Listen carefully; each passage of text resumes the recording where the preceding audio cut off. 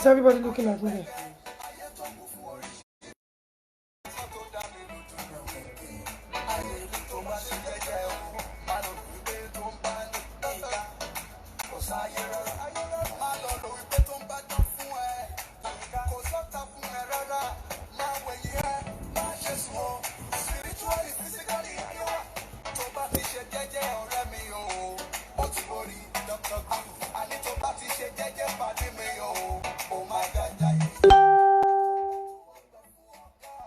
I'm inviting people now.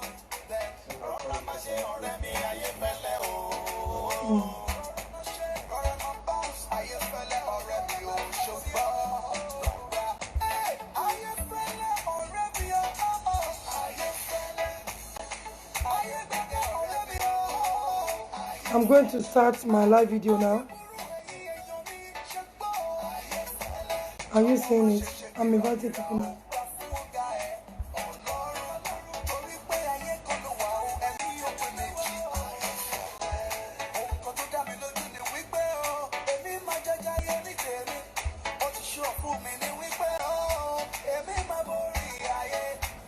Àwọn tó wà ní England, àwọn tí America, àwọn tí Nigeria. So I'm inviting everybody at this moment. Ó máa ṣẹlẹ̀ ń kẹjọ, ó máa lágbára gan díẹ̀.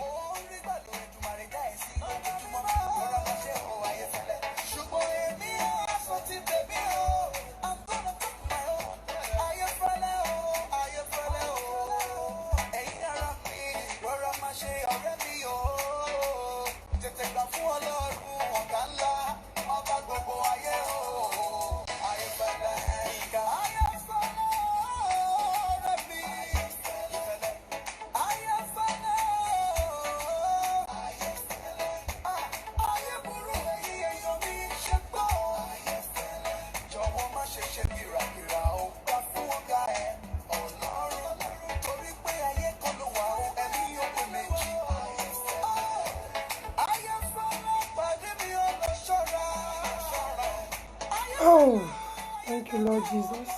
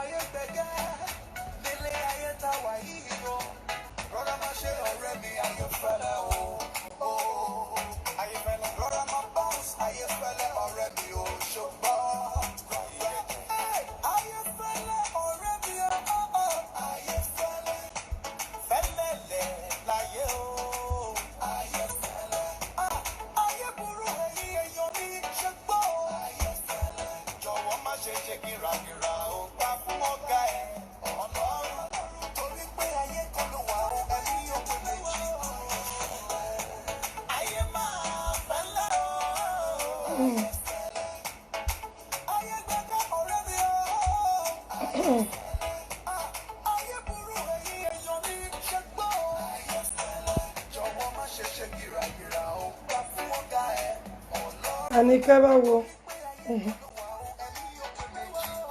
Ọ̀rẹ́ mi fún rẹ̀. Ọ̀rẹ́ mi fún rẹ̀. Okay. Àníkẹ́ ṣe orí mi dáadáa. Ṣé ibi tí mo wà yóò dark? Message mi ṣé ibi tí mo wà yóò dark?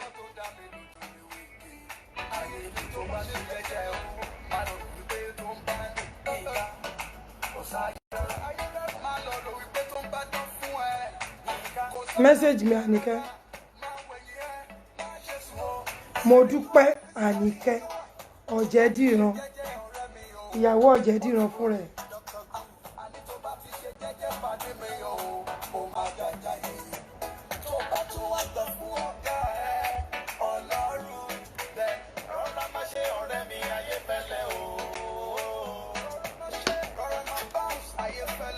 Anyway,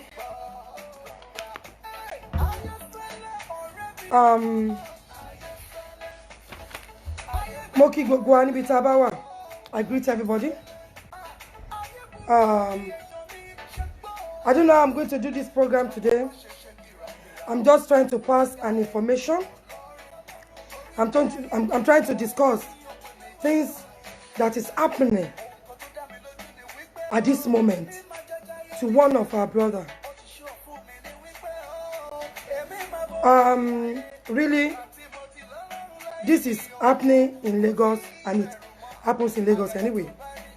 But I want people to come to our aid. 3 or 4 days ago, I'm sorry, I'm going to speak both in Yoruba and English. So I'll be mixing it. Anyway, I'll be mixing it up. What really happened make me to feel so sad. I feel so sad in my spirit, in my mind, in my heart. I feel so sad. Emiko Shosholani, we have one life. One life. Think about if something is happening to your friend, even though if that person is not your family and it's a friend, and you ignore it, you see it as if nothing is happening. I know God will raise somebody to do something. Somebody just texted me on my phone, on my WhatsApp, and when I saw the text, the person is not on my contact, and I was so surprised that what really happened to this guy has happened since 2006, and up till now, this guy is still the same person. Ilé ayé ìfẹ́lẹ́ gan, ayé le. But I can't do Akpata. Ṣé wà okay? Àbúrò yín náà ni o. Ayé bá wọn. Ẹ má bínú. What I'm really saying, what I want to say, I think you might have heard about it. Thank God that you tuned into Facebook now. When I saw this message on my phone, I go through it and I called the person. I text the person. I said, please, who is this?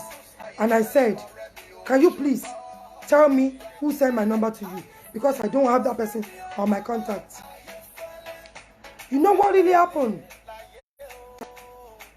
Today, this morning, this guy texted me. Tell me his name.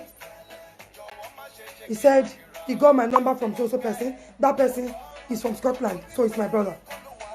I was happy. I said, okay.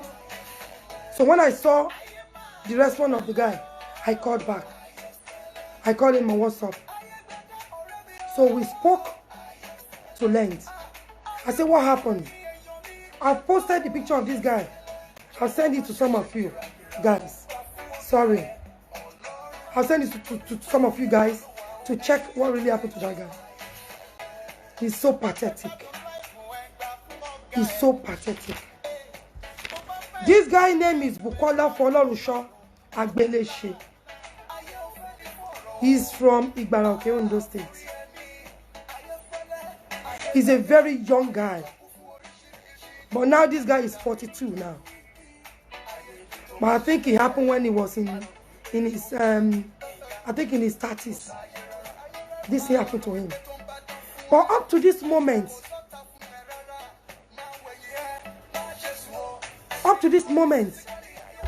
nothing has been done much. The worst part of it, this guy is going bust every day. But because the mother is, I don't know if because the woman is not well educated or anything. She's a very quiet woman. The mother doesn't know much. And there's nobody that comes to their aid. But the people that are coming to their aid, there's one of my sisters from America. I don't know her too, but I got information from her today. We spoke for about 10 minutes, some minutes ago. She called me from America. Sister Florence, God bless you. So that woman has been doing some things, but up till this moment, nothing much is coming out, because this guy said they want to treat him in America, in India, and they need to fly him to India. The doctors are demanding for 20 million naira. 20 million naira. I know it's not a small money.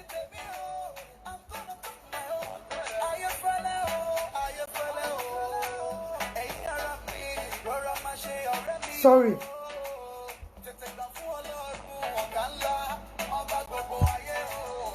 So, from the question I asked this guy is 42 years now. He has a child.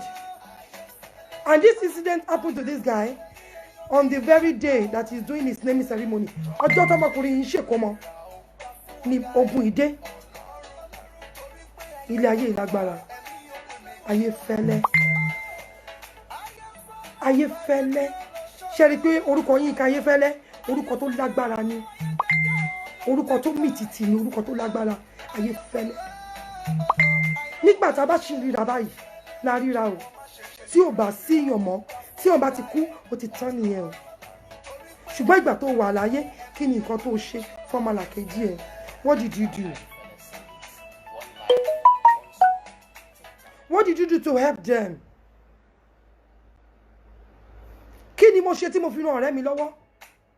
Pandemic inú ẹ̀ la wà yìí. Bó ló ṣe help àwọn èèyàn tí ò ń jẹjẹ, tí ò ṣiṣẹ́? What did you do? Ṣó ń kówó tiẹ̀ sí báǹkì ni? Ṣó ń kówó tiẹ̀ sí save ni? Gbogbo tó kó sí báǹkì tó kó sí save. Owó tẹ́ ń kó sínú ilẹ̀ ní Nàìjíríà.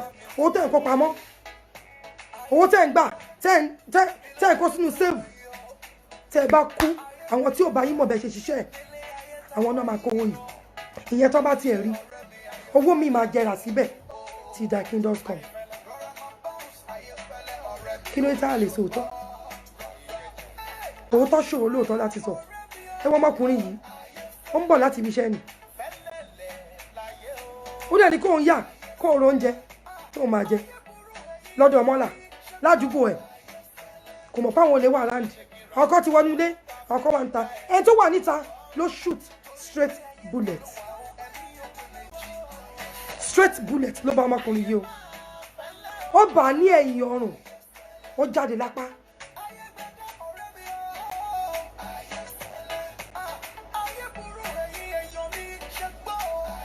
Bàbá ọmọkùnrin yìí ti kú o. Ìyá ẹ̀ ló ń tọ́jú ẹ̀. This guy told me this morning. Ó ní òun ò ní feelings ní gbogbo body òun. Láti orí òun dé sàlẹ̀, láti ọrùn òun dé sàlẹ̀, kò ní feelings. Ó ní ṣùgbọ́n òun ti lè yí orí òun. Òun dẹ̀ lè lo ọwọ́ òun lè gbọ́wọ́ sókè. Ṣùgbọ́n tí bọ́ọ̀ yìí bá ń lo fóònù, ìka ẹ̀ the fingers are not working. This guy is paralyzed. I was thinking it's a scam, but I called him myself. I called this guy. I spoke with him because we have a lot of scammers in Nigeria. Tadolapo, God bless you, my sheikh. Ọ̀rẹ́ mi àtàtà. Dr. Dile Oladapo, God bless you. Ẹ̀gbọ́n mi ó sure. Ẹ ṣé, thank you so much. Nǹkan tó ṣe fún bọ́ọ̀yì. Èmi ti ṣe fún ọkàn náà bẹ́ẹ̀ rí tí mi ní láti dárúkọ. Mi ní láti dárúkọ. Àmọ́ ìrànlọ́wọ́ tọ́lọ́run náà ṣe through wọn. Ariwo kọ́. Ṣùgbọ́n tá bá kàn sọ pé à ń send message káàkiri. Tá a sọ, tá a jẹ́ káwọn èèyàn mọ̀. Tá a sọ̀rọ̀ síta, tá a kẹ́gbàjarè. Ta ló fẹ́ bá ní dá sí i? Wọ́n ní tíyàn bá dákẹ́, tara ẹ̀ máa bá dákẹ́. This foundation, Black Culture Youth Foundation Support Program, àwọn náà gbé síta. Wọ́n sọ wọ́n advertise wọ́n sẹ́ǹdẹ̀ káàkiri. Ṣùgbọ́n ẹ jọ̀ọ́ mo bẹ̀ gbogbo ọmọ Nàìjíríà. I am begging everybody. I am pleading on behalf of this man. His name is Bukola Folorunso Agbeleche. He's a Nigerian. He's from Ondo State, Igbaroke, precisely. He's paralyzed because of gunshots. I am begging everybody. I am crying. I am begging the bloggers. I am begging people that talk online, people that talk on WhatsApp, on Facebook, on Instagram. I am begging everybody to help us.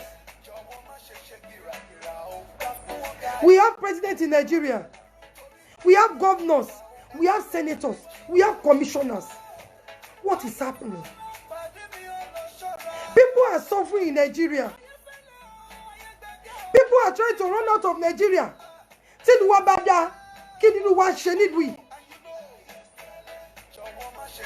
Hello, me, so come on, Sani. Sister Dolapo, thank you. Hello, me, so come on, Sani. Hello, me, so fem here. Àwọn tó wà Nàìjíríà ilé tí ó lágbára láti kúrò, ẹ jọ̀ọ́ ẹ sọ fún mi kí ni nǹkan tó ṣe.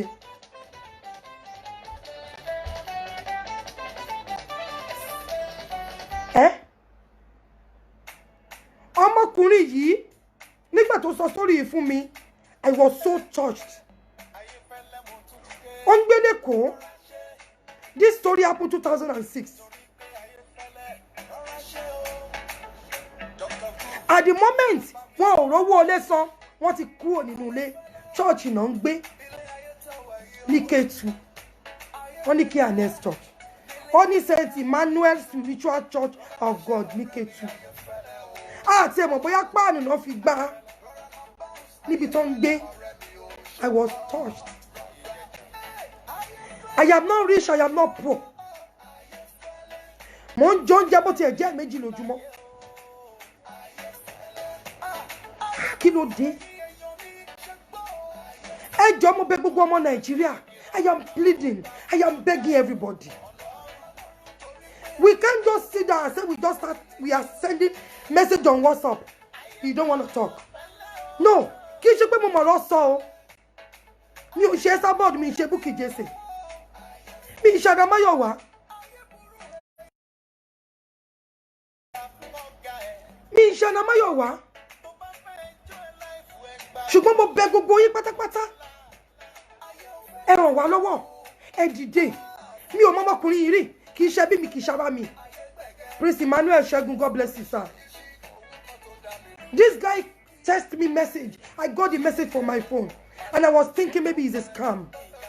But I have to call the guy because Bíbélì sọ ní ẹnikẹ́ni tí ìwọ bá nípa láti ṣe ìrànlọ́wọ́ fún. Òun lẹ́ni kejì rẹ̀. Ẹ wò tí èèyàn bá nídìí help yín ní time tó nídìí help yín. Tá ẹ bá ṣe, Ọlọ́run á gbé èèyàn dìde tó máa ṣe o. Wàá máa blame ara ẹ. Tí ẹni ẹ bá rí ìrànlọ́wọ́ tán, wàá máa sọ pé kí ló dé tí mi ò wá ṣe? Àmọ́ dẹ̀ ti ṣe o.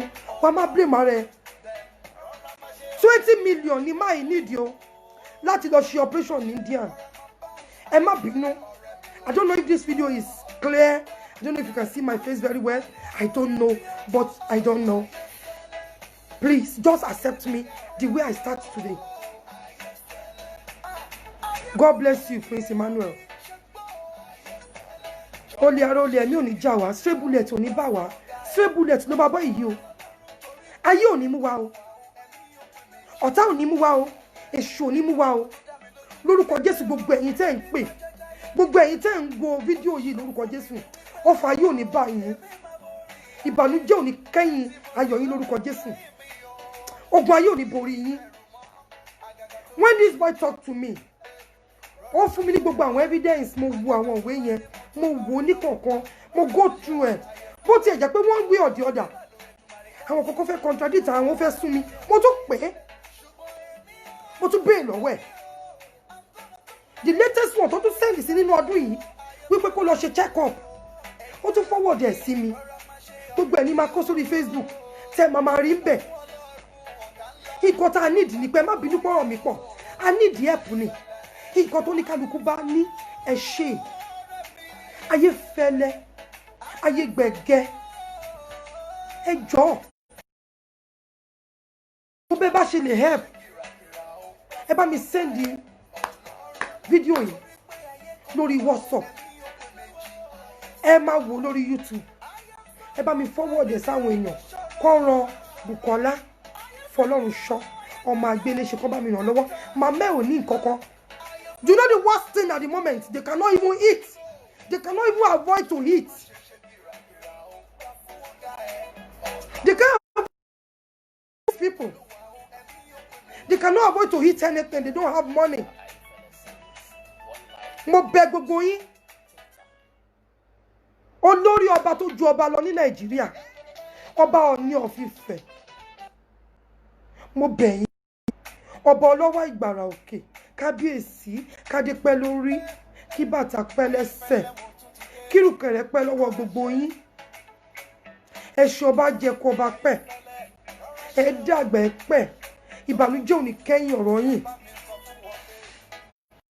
Mo bá ọmọkùnrin sọ̀rọ̀, I saw something in him.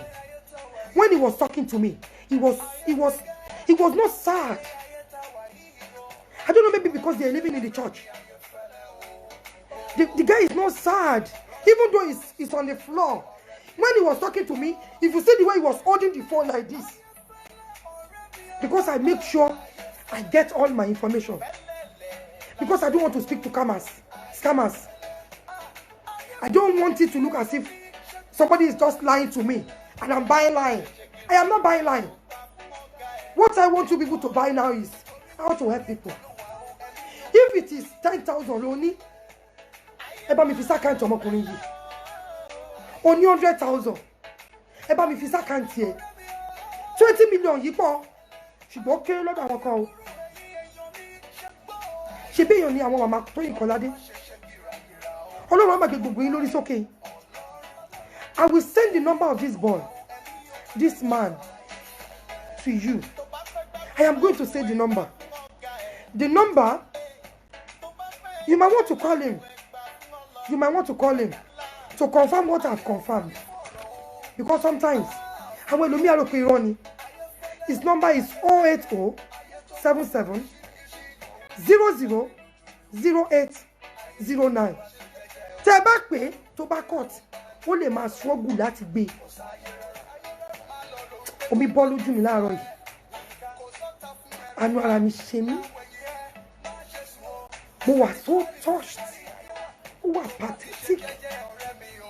Láti 2006 ní Nàìjíríà tí gbogbo wa jọ wà. Ó wà touching. Ó wà sad. Ó bà mí lọ́kàn jẹ́. Màmá yẹn ní àwọn ń tọrọ oúnjẹ jẹ ni torí kò ṣiṣẹ́. Òun tọrọ oúnjẹ lọ́tún àti lósì ni.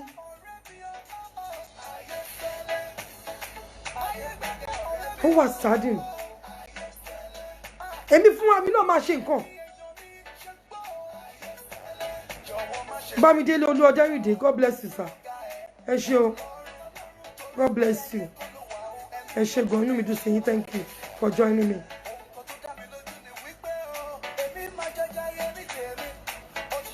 Okay, I'll put his number. Thank you. I'll put his number. But I'm saying the number now. The number is 080 77 00 0809. That is his mobile number. Don't let my gbé kó máa struggle láti gbé. Ẹ jọ̀ọ́, ẹ bá mi send the WhatsApp account number. Àwọn kan ṣe GoFund America.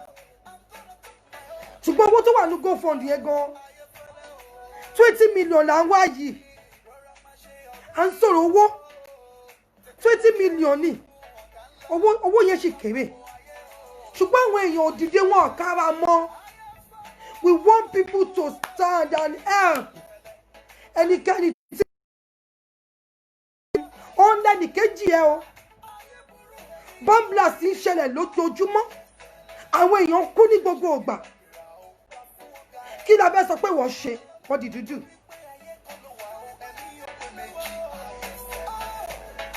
What did you do? Wọ́n bi ẹ́ léèrè wá ní kí ló ṣe. Ẹ jọ̀ọ́, Access Bank account bọ̀bọ̀ yìí 00 31 10 6003 Agbelese Bukola. I'm going to put it on the screen for you people to see. Mo bẹ̀ yín torí Ọlọ́run, ẹ jọ̀ọ́, gbogbo ìrànlọ́wọ́ tí ẹ bá lè ṣe fún ọmọkùnrin yìí. Ó ń yàgbẹ́ sójú kan, ó lóun ò ní feelings oníbọ́dì òun látòkè délẹ̀, ó lóun ò feel ẹ̀. Tí òun bá fọwọ́ kan ara ọmọkùnrin yìí, ẹ̀yin náà mọ̀ ọ̀tá ṣe lọ sí tù nílùú Ìyàmọ̀. Aláwọ̀ parents, àwọn patient sorry, tó jẹ́ pé they are paralyzed. Wọ́n ti paralyzed. Wọ́n ò lè gbápá, wọ́n ò lè gbẹ́sẹ̀. A máa ń ṣe lọ́gùrò fún wọn ni. Wọ́n máa yàgbẹ́ nígbà míì. Wọ́n máa tọ̀, wọ́n ò mọ̀. Ìmí máa dúró báyìí, ó máa tọ̀ sára. A dúró á tọ̀ sára. But a ní mọ̀. Òun ò ní mọ̀ sorry, a kàn máa wò ó ni. Thank you, Bamidele. I will put it. The main problem with the guy is he's paralyzed. He's paralyzed. He was shot on his way from work. That is the problem of the guy. He was shot. His name is Bukola Folorunsho Agbelese. He was coming from work and he was shot 2006. Up till now, the guy is still sick. He has bed sore. Now the worst problem is the bed sore now. Wọ́n ló ti jẹ́, ó ti ké egun. Ó ti wọnú, ó ti kan egun. Wọ́n ò lè ṣe ní Nàìjíríà. Àwọn Indian ló lè ṣe. Aunty Bisi, God bless you. Wọ́n ní it has gone to the bone. Body boy yẹn ti jẹ nídìí torí pé ojú kan ló ń sùn sí. Àwọn tá à ń ṣiṣẹ́ lọ hospital àmọ́ nǹkan tí mò ń sọ bed sore tó tún máa ń pè ní pressure sore. Kò sí nǹkan tó pressure sí bẹ́ẹ̀. Bed sore gbogbo ìdí ẹ̀ ti bàjẹ́. Mo máa gbé sórí wall mi ní Facebook mi. Ẹ máa rí Ayaba Esa1. When you check my Facebook, you will see it. Taba wo gan ní sí ẹ máa rí picture bọ̀bọ̀ yẹn. Mo tún máa send it. Mo ti send it to so many people lórí WhatsApp. Mo kàn wá sórí Facebook ní ọ̀sán yìí láti bí àwọn èèyàn láti help boy yìí. Ẹ wò ó ká mi lára, ó wà pathetic. For people that doesn't understand what I'm saying, I am begging people to help this boy. His name is Bukola Folorunsho Agbelese. He's a Nigerian. He's from Ondo State, Igbaroke precisely. He's not my family. I don't know him. He only texted me message. Maybe somebody gave him my number. Now, I was so touched when I saw the message 4 days ago. So this morning I saw his message that this is so person. This is his name. He told me he's somebody that gave him my number. And the person is in Scotland. It's one of my brothers in Scotland. So, thank you, Ajibola Oladiti. Thanks for joining me. God bless you. So, ọmọkùnrin yìí wọ́n yìnbọn fún lápá ìbọn, wọ́n yàn látẹ̀yìn, ó jáde níwájú, ó ṣubú lulẹ̀.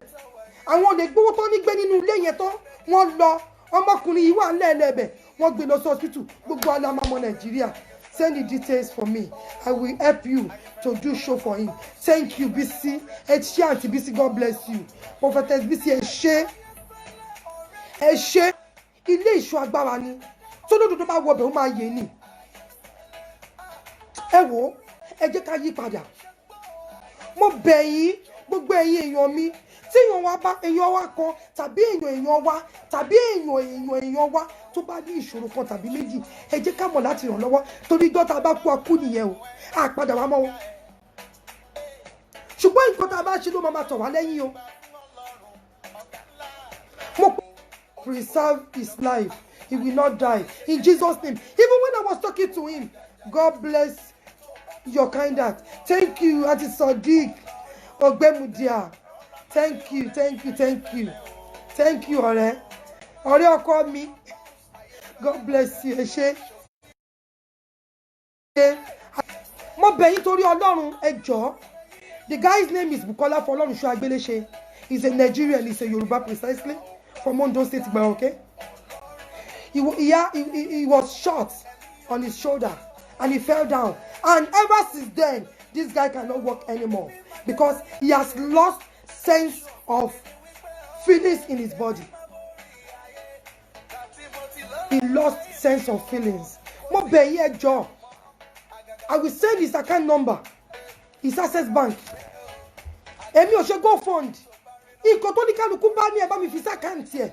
Mo bá bọ́ ìyẹn sọ̀rọ̀ lẹ́nìí wípé gbogbo owó tó bá ti wọnú àkáǹtì ẹ̀ wọn ò gbúdọ̀ fi jẹun. Ọlọ́run á pèsè owó tá a máa fi jẹun ní chọ́ọ̀chì fún wọn. Kò sí ẹni tó lọ́run ò lè rán. Ẹ lè ẹ̀pù ẹ̀ pẹ̀lú ilé ẹni tó bá nílé.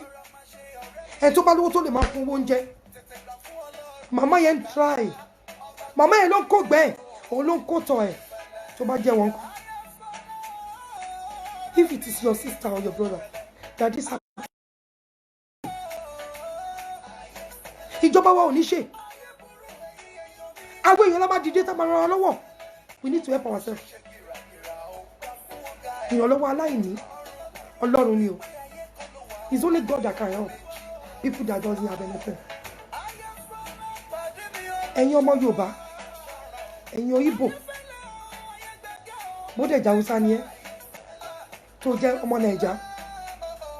Àwọn ọmọ Zimbabwe gan tó wà níbí tó jẹ́ tèmi gbogbo wọn ni mo máa send ẹ̀ sí kán jọ kán ràn wá lọ́wọ́. We need help for this guy.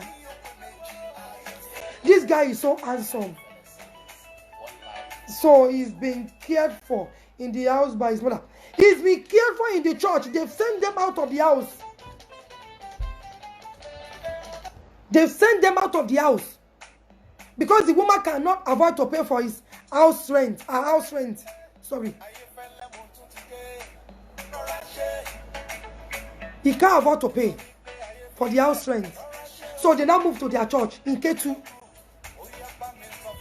So he's having spinal cord problem and bed sore. But that bed sore has turned to another thing. No, it's not ordinary bed sore. If you see it, èmi fún ara mi mo pé bàbá yẹn láàárọ̀ yìí. Ìgbà tó wáyé tí mo ń bá sọ mo tún wá ṣe kí ni mo tún ṣe video. I called the guy this morning. And you know what? Just to be sure of who I'm talking to, I did the video. If you see the way the boy was holding the... Oh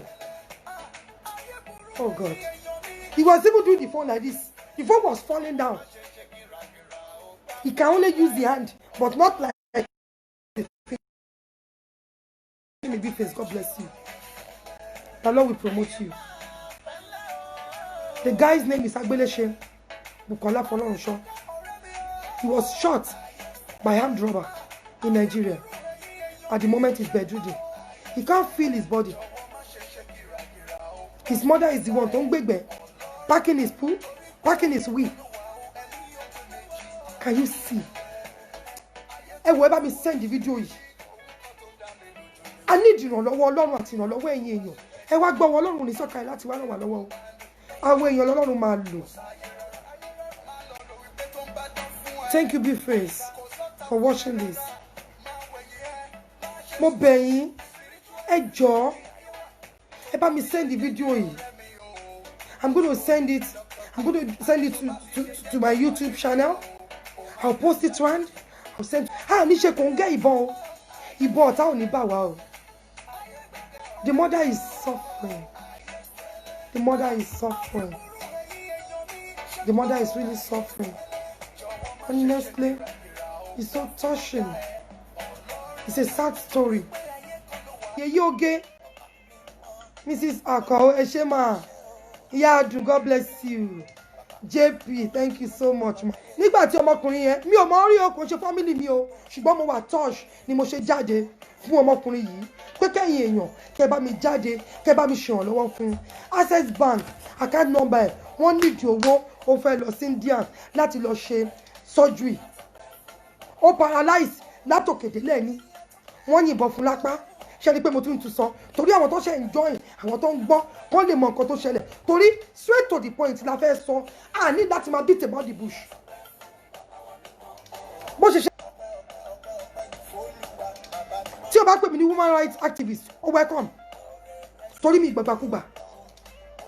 Ẹ tí ò bá lè ti gbàgbàkúgbà. A ṣe kí ni? Ó níbi tó máa ń fi ara ẹ̀ sí, ó máa fi ara ẹ̀ síwọ̀n ibi tó bá mọ ni. nǹkan jáyé mi ṣùgbọ́n tí n bá rí wípé mo ní láti sọ̀rọ̀ àìlè ṣàlàyé ọ̀rọ̀ ló pe lé ìpè àkọ́kọ́ àìlè ṣàlàyé ọ̀rọ̀ ló pe lé ìpè àkọ́kọ́ tó ní gbáwúwo jáwó lọ àìlè ṣàlàyé ọ̀rọ̀ ló pe lé ìpè àkọ́kọ́ tó ní gbáwúwo jáwó lọ ẹ ti rántí olórí yẹn oyoyo oyoyo so àìlè ṣàlàyé ọ̀rọ̀ ló pe lé ìpè àkọ́kọ́ ọmọ Yorùbá abẹ́ráyé ẹ wò gbogbo dáadáa téèyàn bá ṣe gbogbo ẹ̀ ló máa gbà ó lórúkọ Jésù gbogbo ẹ̀yin tẹ́ bá ran ọmọkùnrin yìí lọ́wọ́ ìbànújẹ́ ò ní dé bá yín ìbànújẹ́ ò ní dé bá yín ẹ ò ní lójú ẹkún ẹ ò ní lérẹ̀kẹ́ òṣè ẹ ò ní gbọ́bi sí ẹbí kọ̀ọ̀kan lórúkọ Jésù mo fi Ọlọ́run Jerusalem Ọlọ́run Israel Ọlọ́run Nazareth Ọlọ́run Bethlehem mo fi bẹ̀ yín mo fi bẹ̀ yín gbogbo nǹkan tí èèyàn ọmọ Nàìjíríà bá lè ṣe mo fẹ́ kẹ́ ẹ ṣe gbogbo ẹ̀yin lọ́balọ́ba ní Nàìjíríà mo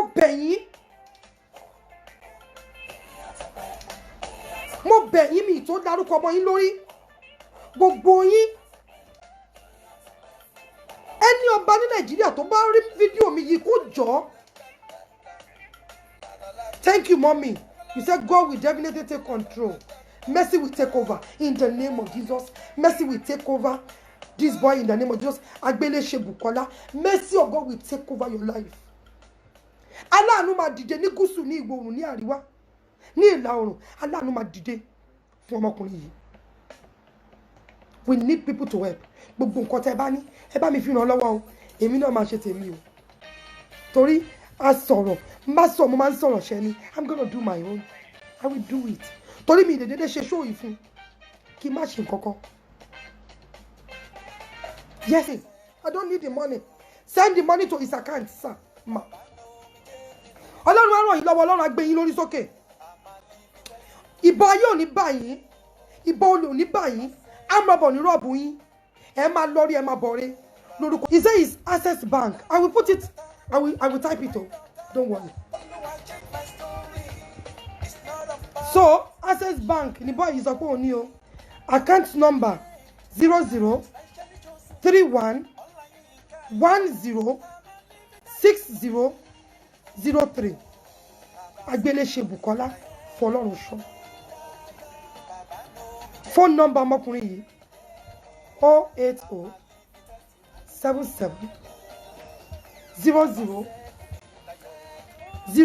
08077000809. This incident happened in Ilupeju. They say it happens at Association Avenue Road.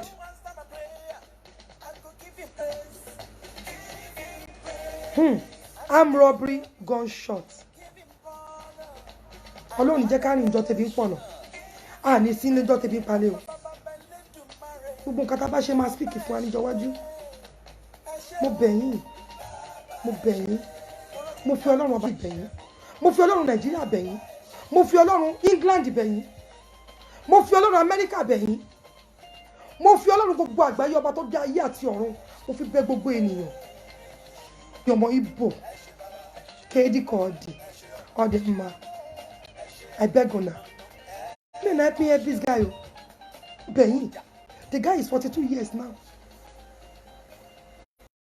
Everybody, please. I beg you. He's having the surgery in India.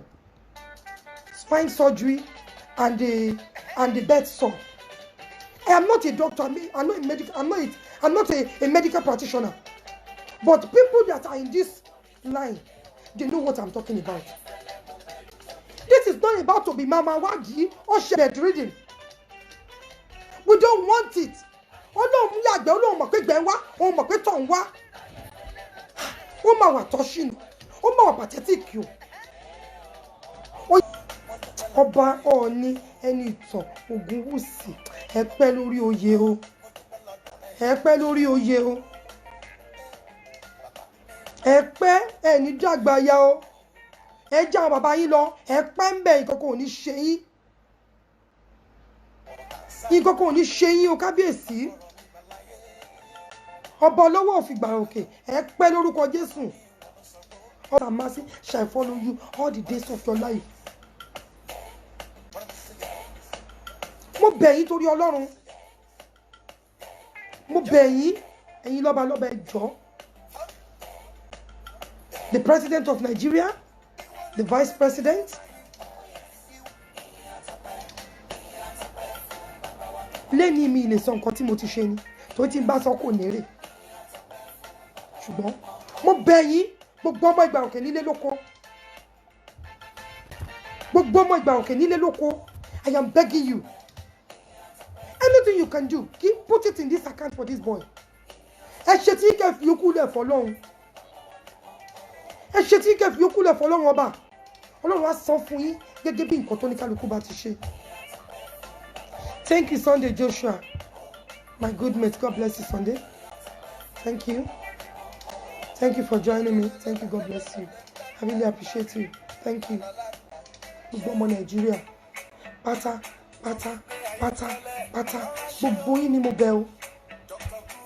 Gbogbo yín ni mo bẹ̀ pátápátá o. Ẹ jọ̀ọ́. Mo fẹ́ kí gbogbo yín pátápátá. Please. Ẹ jọ̀ọ́. We'll be doing this every now and then. We'll be calling people every now and then. I had a word with a sister in America. We spoke for almost 10 minutes. It's not a scam. Because I need to get my bearings. I need to get it correct. Is this story real? Is it true? Is it not photo shoot? Yes. So I won't come to social media and start bluffing or saying rubbish. No, I don't do that. Please. Thank you. God bless you, everybody. Before I go, the name of this guy is Bukola Fọlọ́runṣọ́ Agbéléṣe. He's from Ìgbà Òkè. He's 42 years, 1978. He's not married, but got a child. He has a mother, an aged mother. The father is dead. He lives in Lagos. But because they cannot avoid to pay house rent, he is living in his church. He and his mother living in church now. They stay at St. Emmanuel Spiritual Church of God, K2 area in Lagos. So, this guy wants to do a surgery for his back. He was shot on his way from work. You see that from top, but on his way from work. Anyway, that is the clear story. On his way from work, he was shot. The Akatolo no ni lọ́wọ́ tọ́lọ́run gbé yín lórí sókè. Ẹ mà ní wálẹ̀. Gbogbo bẹ́ẹ̀ bá ṣe máa ṣe. Tọ́mọkùnrin yìí tó máa fi rìn lórí ẹsẹ̀ tó máa dúró. Ẹ jẹ́ ká tiraka o. Lọ́run á ràn wá lọ́wọ́. Ẹ má dùn pé. Kẹ́ tó ń sọ̀rọ̀ má lọ ṣubú. Àwa kì yóò kú bí kò ṣe yíyẹ. Kí a kó lè máa ròyìn ògo Ọlọ́run alààyè. So, nǹkan tó dé nìyẹn o. 20 million naira.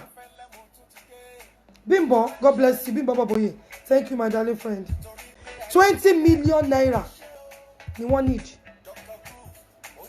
20 million naira is for the spinal cord operation and the bed saw, the surgery. So, I don't know if they treat the bed saw. Maybe it's gonna. They're going. Excuse me. Maybe they're gonna treat the spine surgery at the same time. I don't know what they're gonna do. But what I know is they need 20 million naira to do this operation. I was like talking to the mom that mommy money kilo de lati 2006. It was one sister in America that was talking to me some hours ago that Mama and his account number for the last time is 0031 106003. His name is Agbéléṣe Bukola Fọlọ́runṣọ́. Phone number, you can phone him please. Tẹ́ bá pè lákọ̀ọ́kọ́ phone yẹn lè máa shake kó má tí get ẹ̀ but tó bá yá get ẹ̀ ẹ lè pè lẹ́ẹ̀mejì ó máa get ẹ̀ ṣáá ni ọ̀ tí ó bá wà lẹ́gbẹ̀ẹ́ wọn á bá gbé. His phone number is 080 77 00 0809. Thank you, Black Culture Youth Foundation Support Program. Because tí ìbá ṣe àwọn àti àwọn kọ̀ọ̀kan tó send tó ṣe fún tó náà wá send ẹ̀ bóyá èmi gan ìbá má ti mọ̀ but mo dúpẹ́ fọlọ́run. I thank you. Do yours, do your part, I'll do mine, and we will start shouting about it. Ẹ jọ̀ọ́ gbogbo ẹ̀yin tẹ máa ń sọ̀rọ̀ yín sọ̀rọ̀sọ̀rọ̀ ẹ̀yin broadcaster ẹ̀ Nàìjíríà ìyá mi Tóyìn Kọ́ládé Ọlọ́run á ràn yín lọ́wọ́ Ọlọ́run á ràn yín lọ́wọ́ gbogbo yín bẹ́ẹ̀ bẹ́ẹ̀ tí mi lè dárúkọ gbogbo ẹ̀yin lọ́balọ́ba níjòyè níjòyè ẹ jọ̀ọ́ torí Ọlọ́run ni mo fi bẹ̀ gbogbo yín ìbànújẹ́ ò ní kàn bù sí mi. Thank you so much. Eléyìí ò ní já wa mọ́ mi lórúkọ Jésù màá tún máa wá ẹni màá bá. God bless you. Mama rí gbogbo yín bá o bí n bọ́bọ́ bóyè. Thank you so much. Thank you Mr. Bamidele Ọdẹ́rìndé. Thank you Sodiq. Thank you Olamide. Ẹ ṣé gan ni Big Face. Thank you so much. Àbúrò mi Fúnmiláyọ̀ ẹ ṣé gbogbo yín. Abíọ́lá Bámidélé. God bless you Madora. Olúwa wà pẹ̀lú gbogbo yín. Thank you. Help me to share this video. God bless you. Bye-bye. This is Ayaba Esther. Thank you so much. JP. Thank you. Bishubudano. Eshayo Yaku. Thank you. Appreciate. With respect. Thank you so much. Bye-bye. Bye for now.